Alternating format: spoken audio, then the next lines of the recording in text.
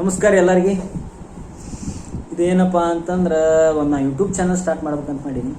It's related to C A procedure. ಹೆಂಗೆ C A ಅಂದ್ರೆ ಏನು, ಅದು ಇದು ಮತ್ತು GST ಒಂದಿಷ್ಟು ಕಾನ್ಸೆಪ್ಟ್ ಆಗಲಿ, ಆಡಿಟೆಡ್ ಕಾನ್ಸೆಪ್ಟ್ ಆಗಲಿ, ಅಕೌಂಟ್ಸ್ ಗೊತ್ತಿಲ್ಲ ಸರ್. ಏನಾಗುತ್ತೆ ಅಷ್ಟು ರಿಲೇಟೆಡ್ ಆಗುತ್ತೆ, ನಾನು 100% ಕೊಡ್ತೀನಿ.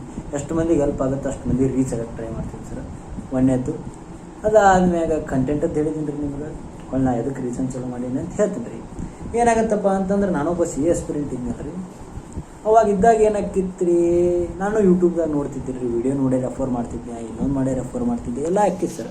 ಆಗೋ ಟೈಮ್ದಾಗ ಏನಾಕಿತ್ತಪ್ಪ ಅಂದ್ರೆ ನಾ ಎಲ್ಲ ಗೋತ್ರೋ ಮಾಡಿದಾಗ ಏನಾಕಿತ್ತು ಹೇಗಪ್ಪ ಅಂತಂದ್ರೆ ಹಿಂದಿ ಇಂಗ್ಲೀಷ್ ಇವಾಗ ವಿಡಿಯೋ ರೀ. ಕನ್ನಡದವ್ರು ಒಬ್ಬರು ಸಿಗ್ತಿದ್ದಾರೆ, ಎಲ್ಲೋ ಒಬ್ರು ಕನ್ನಡದ ಲಾಗ್ ಮಾಡೋ ವಿಡಿಯೋ ಸಿಕ್ಕರು.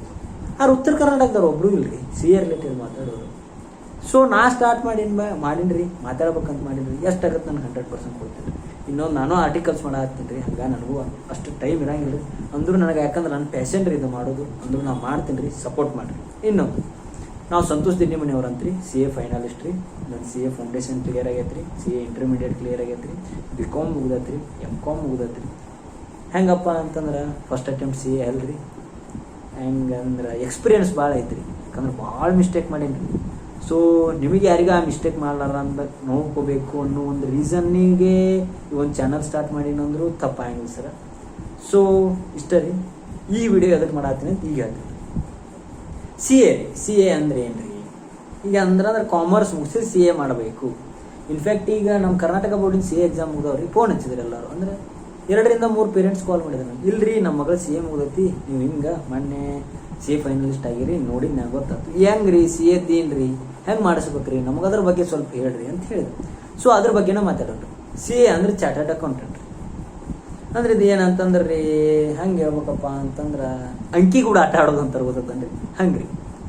ಇನ್ನೊಂದು ರೀ, ಸಿ ಎದ್ ಮಾರ್ಕೆಟ್ದಾಗ ರೆಸ್ಪೆಕ್ಟ್ ಎಷ್ಟೈತೆ ಸರ್? ರೆಸ್ಪೆಕ್ಟ್ ಎಷ್ಟೈತಂದ್ರೆ ಐತೆ ಸರ್. ರೆಸ್ಪೆಕ್ಟ್ ಭಾಳ ಐತಿ, ಪವರ್ಫುಲ್ ಇದು ರೀ. ಹೆಂಗಪ್ಪ ಅಂತಂದ್ರೆ ರೊಕ್ಕದ ಎಲ್ಲಿ ಬರ್ತೈತೆ ಅಲ್ಲಿ ಸಿ ಎ ನೆಸೆಸರಿ ಐತೆ ಸರ್. ಫಾರ್ ಎಕ್ಸಾಂಪಲ್ ಬ್ಯಾಂಕ್ ಅಲ್ರಿ, ಟ್ಯಾಕ್ಸ್ ಆಡಿಟ್ ಅಲ್ರಿ, GST ಅಲ್ರಿ, ಎಲ್ಲ ಕಾಂಪ್ಲೇನ್ಸಿಗೂ ನಮ್ದು ಸಪೋರ್ಟ್ ಸಿ ಎ ಸಪೋರ್ಟ್ ಇರ್ಲಾರ ಆಗಂಗೆ ಇಲ್ಲ. ಇಟ್ಸ್ ಲೈಕ್ ಇನ್ನೊಂದು ಏನೈತ್ರಿ, AI ಬಂದೈತಿ ರಿಪ್ಲೇಸ್ ಮಾಡತ್ತಾನ ಸರ್. AI ಯೂಸ್ ಮಾಡ್ಬೇಕಂದ್ರೆ ತಿಳಿಬೇಕ್ರಿ. ಇನ್ನೊಂದು ಬೇರೆ ಸಿ ಎ ಅಷ್ಟು ನಾಲೆಜ್ ಇಲ್ಲ ಸರ್. ನಾ ಇನ್ನೊಂದು ಹೇಳ್ತೀನಪ್ಪ ಅಂತಂದ್ರೆ, ನಾ ಆರ್ಟಿಕಲ್ ಸಿ ಜಾಯ್ನ್ ಆದ್ನಲ್ರಿ, ನನಗೆ ಗೊತ್ತಿತ್ತು ಸರ್ ಸಿ ಎ ಒಂದು ರೆಸ್ಪೆಕ್ಟ್ ಐತಿ, ಭಾರಿ ಪ್ರೊಫೆಷನ್ ಐತಿ ಅಂತ. ಈಗ ಜಾಯ್ನ್ ಆಗಿಂದ ಗೊತ್ತಾಯ್ತು ನನಗೆ, ಹೌದು ನಾನು ಅನ್ಕೊಂಡಿದ್ದು ಕರೆಕ್ಟು. ಆದ್ರೆ 10 ಪಟ್ಟು ರೆಸ್ಪೆಕ್ಟ್ ಹೆಚ್ಚೈತೆ ಸರ್, 10 ಪಟ್ಟು ಪವರ್ ಹೆಚ್ಚೈತೆ ಸರ್. ಒಂದು ಏನು ಕೆಲಸ ರೀ, ನಾನು ನೋಡ್ತೀನಲ್ರಿ ನಮ್ಮ ಬಾಸ್ಗಳನ್ನಿಲ್ಲ ಏನು ಬ್ಯುಸಿ ಇರ್ತಾರ, ಏನು ಅವ್ರದ್ದೊಂದು ಆರಾಯನ ಸರ್ ವಿಚಾರ ಮಾಡ್ಲಾರ ಬರೀ ಸಿ ಎಕ್ಕೆ. ಆದ್ರೆ ಇನ್ನೊಂದು ಹೇಳ್ತೇನೆ ರೀ, ಅಷ್ಟೇ ಟಫ್ ಐತ್ರಿ, ಅಷ್ಟೇ ಮೆಹನತ್ ಐತ್ರಿ. ಅದೇನೋ ಅಂತಾರಲ್ಲ, ಕುದುರೆಗೆ ಹಿಂಗೆ ಮಕ್ಕಕ್ಕೆ ಹಾಕ್ತಾರೆ ಗೊತ್ತೇನ್ರಿ, ಹಂಗೆ ಓದ್ಬೇಕು. ಅದ್ರ ಬಗ್ಗೆ ರಿಲೇಟೆಡ್ ಮಾಡ್ತೀನಿ ರೀ ನಾನು. ನಂದು ರೊಟೀನ್ ಹೆಂಗಿತ್ತು, ಏನು ಮೈಂಡ್ ಹೆಂಗೆ ಡಿಸ್ಟ್ರಾಕ್ಟ್ ಆಗುತ್ತೆ, ನಾ ಏನೇನು ತಪ್ಪು ಮಾಡಿದ್ದೆ, ನೀವೇನು ಮಾಡ್ಬಿಡಂತ ಅದ್ರ ಬಗ್ಗೆ ಸಪ್ರೇಟ್ ಮಾತಾಡೋಣ sir. No shortcut sir. Hard work ಅಂಕರು ಮಾಡಬೇಕು, ಡೆಡಿಕೇಶನ್ ಅಂಕರು ಇರಬೇಕು ಸರ್. ಇದು ಸಿ ಎ ಐತ್ರಿ. ಹೆಂಗೆ ರೀ, ಇನ್ನೊಂದು ಸಿ ಎ ಎಕ್ಸಾಮ್ ಇರ್ತಾವನ್ರಿ. ಹೆಂಗೆ ಒಂದೇ ಎಕ್ಸಾಮ್ ರೀ, 2 ರೀ, 3 ರೀ. ಇದರ 3 ಲೆವೆಲ್ ಸರ್. ಯಾವ್ಯಾವ ಅಂದ್ರೆ ಸರ್, ಫೌಂಡೇಶನ್ ರೀ, ಇಂಟರ್ಮೀಡಿಯೇಟ್ ರೀ, ಫೈನಲ್ ರೀ. 3 ಲೆವೆಲ್ ಅದಾವ ಸರ್. ಇನ್ನೊಂದು ಈ 3 ಲೆವೆಲ್ ಬರೋದ್ರ ಎಕ್ಸಾಮ್ ಪಾಸ್ ಸಿ ಎ ಹಾಕಾರಲ್ರಿ, ಹೌದ್ರಿ. 3 ಎಕ್ಸಾಮ್ ಬರೆಯಬೇಕು ಅಂದ್ರೆ ಪಾಸ್. ಆದ್ರೆ ಇಲ್ಲೊಂದು ರಿಲ್ಯಾಕ್ಸೇಷನ್ ಐತೆ ಸರ್. ನೀವು ಆಫ್ಟರ್ PUCನೂ ಜಾಯ್ನ್ ಆಗ್ಬೋದು ಈ ಕೋರ್ಸಿಗೆ. ಆಫ್ಟರ್ PUCನೂ ಜಾಯ್ನ್ ಆಗ್ಬೋದು, ಆಫ್ಟರ್ ಡಿಗ್ರಿನೂ ಜಾಯ್ನ್ ಆಗ್ಬೋದು. ಫಾರ್ ಎಕ್ಸಾಂಪಲ್ ನೀವು ಡಿಗ್ರಿ ಆಗಿನ ಜಾಯ್ನ್ ಆದ್ರೆ ನಿಮಗೆ ಒಂದು ರಿಲ್ಯಾಕ್ಸೇಷನ್ ಐತೆ ಸರ್. ನಿಮಗೆ ಫೌಂಡೇಶನ್ ಬರೋ ನೆಸೆಸರಿ ಇಲ್ಲ, ನೀವು ಡೈರೆಕ್ಟ್ ಇಂಟರ್ಮೀಡಿಯೇಟ್ ಬರಿಬೋದು. ಆ್ಯಸ್ ಪರ್ ಮೈ ವ್ಯೂ ಏನು ಅನ್ಸುತ್ತೆ ರೀ, ನಂದೊಂದು ಸಜೆಷನ್ ಅಂತ ತಿಳ್ಕೊರಿ, ಆಫ್ಟರ್ PUCನ ಸ್ಟಾರ್ಟ್ ಮಾಡೋದು ಭಾಳ ಬೆಟ್ರು.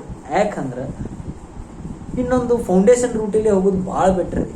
ಡಿಗ್ರಿ ಯಾರೋ ಅಷ್ಟು ಸೀರಿಯಸ್ ಕಲಿಯಂಗಿಲ್ಲ, ಅದನ್ನು ಹೇಳೋದು ತಪ್ಪಾಗುತ್ತೆ. ಕಲಿತ್ರು foundation it's like C A ಅಂದ್ರೆ ಏನು, ಇನ್ಸ್ಟಿಟ್ಯೂಟ್ ಏನು ಮಾಡುತ್ತೆ, ಒಮ್ಮೆ ಇಂಟ್ರಿಗೆ ಬಂದ ಸಿ ಎ ಆಗೋ ಪ್ರೆಷರ್ ಅಂದ್ರೆ ಡೈರೆಕ್ಟ್ ಇಂಟ್ರಿಗೆ ಬಂದು ಭಾಳ ಮಂದಿ ಸಫರ್ ಆಗೋದು ನೋಡಿದ್ರಿ ನಾ. ಸೊ ಇದು 3 ಲೆವೆಲ್ ಇರ್ತಾವ್ರಿ. ಇನ್ನೊಂದು ವರ್ಷಕ್ಕೆ 3 ಎಕ್ಸಾಮ್ಸ್ ರೀ. ಜನವರಿ, ಮೇ, ಸೆಪ್ಟೆಂಬರ್ದಾಗ 3 ಎಕ್ಸಾಮ್ ಇರ್ತಾವ್ರಿ. ಫೈನಲಿ 2 ಸರ್, ಮೇ, ನವಂಬರ್ದಾಗ 2 ಅಟೆಂಪ್ಟ್ ಇರ್ತಾವ್ರಿ. ಅಂದ್ರೆ ಟ್ವಾಯ್ಸ್ ಇಯರ್ ಕಂಡಕ್ಟ್ ಮಾಡ್ತಾರೆ. ನೀವು ಅವಾಗ ಬರೋದು ಎಕ್ಸಾಮ್ ಪಾಸ್ ಮಾಡ್ಬೇಕ್ರಿ. ಇದೆಲ್ಲ ಆತ್ರಿ. ಆಮೇಲೆ ಎಕ್ಸಾಮ್ಸ್ ಅಂತ ಹೇಳಿದ್ದೀನಿ ರೀ. ಇನ್ನೊಂದು ಮಚ್ಕಿರಿ ಏನಂದ್ರೆ ರೀ, ಒಂದಿಷ್ಟು ಮಂದಿ ಬರ್ತಾರೆ ಈ ಸಿ ಎ ಆಸ್ಪಿರೆಂಟಿಗೆ ಲೇಟ್ ಆಗುತ್ತೆ ಸರ್. ಇದು ಯಾವ ಕಾಲೇಜಾಗ ಹೇಳ್ತಾರ, ಎಷ್ಟು ವರ್ಷದ ಕೋರ್ಸು ಸರ್? ಹಂಗಿಲ್ರಿ. ಇದು ಒಂದು ಏನಂದ್ರೆ ಒಂದು ಆ್ಯಕ್ಟ್ ಮಾಡ್ಯಾರ ರೀ, ಒಂದು ಬಾಡಿ ರನ್ ಮಾಡತ್ತೆ ರೀ. ಇದನ್ನು ಇಟ್ಸ್ ಲೈಕ್ ಕಾಂಪಿಟೇಟಿವ್ ಎಕ್ಸಾಮ್ ರೀ ಇದು. ನೀವು ರಿಜಿಸ್ಟರ್ ಮಾಡ್ಬೇಕ್ರಿ, ನೀವು ಅದ್ರಾಗ ಹೋಗ್ಬೇಕ್ರಿ, ನೀವೆಲ್ಲ ಮಾಡ್ಕೋಬೇಕ್ರಿ. ಈ ಲೆವೆಲ್ ಹೇಳಿದ್ನಲ್ರಿ, ಅದನ್ನು ಫೀ ತುಂಬಬೇಕು, ನೀವು ರಿಜಿಸ್ಟ್ರೇಷನ್ ಮಾಡಬೇಕು, ಪಾಸ್ ಆಗಬೇಕು. ಈಗ ಸ್ಟೆಪ್ ಬೈ ಸ್ಟೆಪ್ ಹೋಗ್ತೀನಿ. ನಿಮ್ಗೆ ಹೇಳಿದೆ ಲೆವೆಲ್ಸ್ ಐತಿ, ಇಷ್ಟು ಎಕ್ಸಾಮ್ ಅಂತ ಹೇಳಿದ್ವಿ. ನೀವು ಈ ಫಾರ್ ಎಕ್ಸಾಂಪಲ್ ಹೆಂಗೈತ್ರಿ CA ಪ್ರೊಸೀಜರ್ ಏನೇನ್ರಿ, ಎಷ್ಟು ವರ್ಷ ತಗೊಳುತ್ತೆ ನಿಮಗೆ ಹೇಳ್ತೀನಿ ನಾನು. ಇಷ್ಟಿಷ್ಟ್ರಿ ಆಫ್ಟರ್ ಪಿ ಯು ಸಿ ನಿಮಗೆ ನಾ ಹೇಳಿದೆ ಯಾವಾಗ ಅಟೆಂಪ್ಟ್ ಇರ್ತಾವಂದ್ರೆ ನಾನು ಜನವರಿ, ಮೇ, ಸೆಪ್ಟೆಂಬರ್. ನಿಮಗೆ ಆಫ್ಟರ್ ಪಿ ಯು ಸಿ ಮುಗೀತಂತ ಅನ್ಕೋರಿ, ನಿಮಗೆ ಮೇ ಅಟೆಂಪ್ಟು ಬರೆಯಕ್ಕೆ ಬರುತ್ತೆ, ನೀವು ಮೊದಲ ರಿಜಿಸ್ಟ್ರೇಷನ್ ಮಾಡಿದ್ರೆ. ಆದ್ರೆ ನಾ ಏನಂತೀನಿ, ನನ್ನ ಸಜೆಷನ್ ಅದು ಬೋರ್ಡ್ ಎಕ್ಸಾಮಿಗೆ ಅಫೆಕ್ಟ್ ಆಗುತ್ತೆ. ಬೋರ್ಡ್ ಎಕ್ಸಾಮಿಗೆ ಅಫೆಕ್ಟ್ ಆಗೋದು ಬೇಡ. ಇನ್ನೊಂದು P U C life enjoy ಮಾಡಲ್ಲ, ಒಮ್ಮೆ ಬರ್ತದೆ ಪಿ ಯು ಸಿ, ಇನ್ನೊಂದು ಬರಂಗಿಲ್ಲ. ಸೊ ಅದಕ್ಕೆ ನಾ ಏನು ಹೇಳ್ತೀನಿ, ಮೊದಲ ಪ್ರೀ ರಿಜಿಸ್ಟರ್ ಮಾಡೋ ಬದಲಿ after P U C register ಮಾಡಿ. ಅಂದ್ರೆ after exam completion of exams. In fact classes before results ಚಲೋ ಹೋಗ್ತಾವ್ರಿ, ಅವಾಗ ಜಾಯ್ನ್ ಆಗ್ರಿ. ನಿಮ್ಮ ಸೆಪ್ಟೆಂಬರ್ ಅಟೆಂಪ್ಟ್ ಬರ್ತೈತಿ, ಚಂತಗ ಓದ್ರಿ, ಚಲೋ ಕ್ಲಾಸಸ್ ತಗೋರಿ, ಗೈಡೆನ್ಸ್ ಕೇಳ್ರಿ.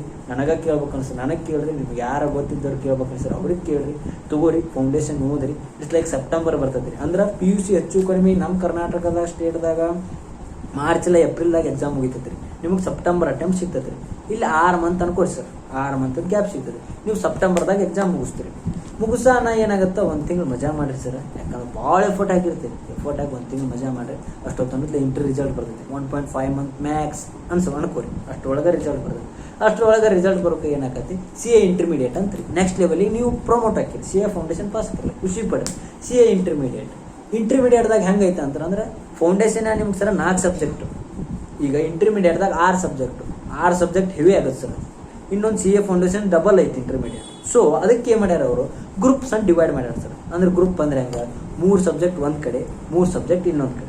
ಸೊ ನಿಮಗೆ ಅವ್ರು ಚಾಯ್ಸ್ ಕೊಟ್ಟಾರ, ಒಂದೇ ಗ್ರೂಪು ಎಕ್ಸಾಮ್ ಅಟೆಂಡ್ ಆಗ್ಬೋದು, ಇಲ್ಲ ಬೋತ್ ಗ್ರೂಪು ಅಟೆಂಡ್ ಆಗ್ಬೋದು ಅಂತೇಳಿ. ಸೊ ಅದು ಹೆಂಗಾಗತ್ತಪ್ಪ ಅಂತಂದ್ರೆ, ನೀವು ಭಾಳ ಬರ್ಡನ್ ಬೇಡ, ನನಗೆ ಏನೂ ಬೇಡ ಅಂದ್ರೆ ಒಂದೇ ಗ್ರೂಪ್ ಅಟೆಂಡ್ ಆಗ್ಬೋದು ಸರ್. ನನ್ನ ಸಜೆಷನ್ ಏನು ಸರ್, ಇನ್ನೊಂದು ಒಂದೇದು ಗೋಲ್ಡನ್ ಅಟೆಂಪ್ಟ್ ಸರ್. ನೀವು ಗಿವ್ ಯುವರ್ ಬೆಸ್ಟ್ ಏನು ಮಾಡ್ತೀರಿ, ಸೆಪ್ಟೆಂಬರ್ದಾಗ ನೀವು ಎಕ್ಸಾಮ್ ಬರೀತೀರಿ, ಫೌಂಡೇಶನ್ ಕ್ಲಿಯರ್ ಮಾಡ್ತೀರಿ ಅನ್ಕೊಂಡಿಂದ ಏನಾಗುತ್ತೆ, classes inter classes 6 ಮಂತ್ಸ್ದಾಗ 2 groups close ಮಾಡಿ, 2 ಮುಗಿಸ್ಕೊಂತೀರಿ.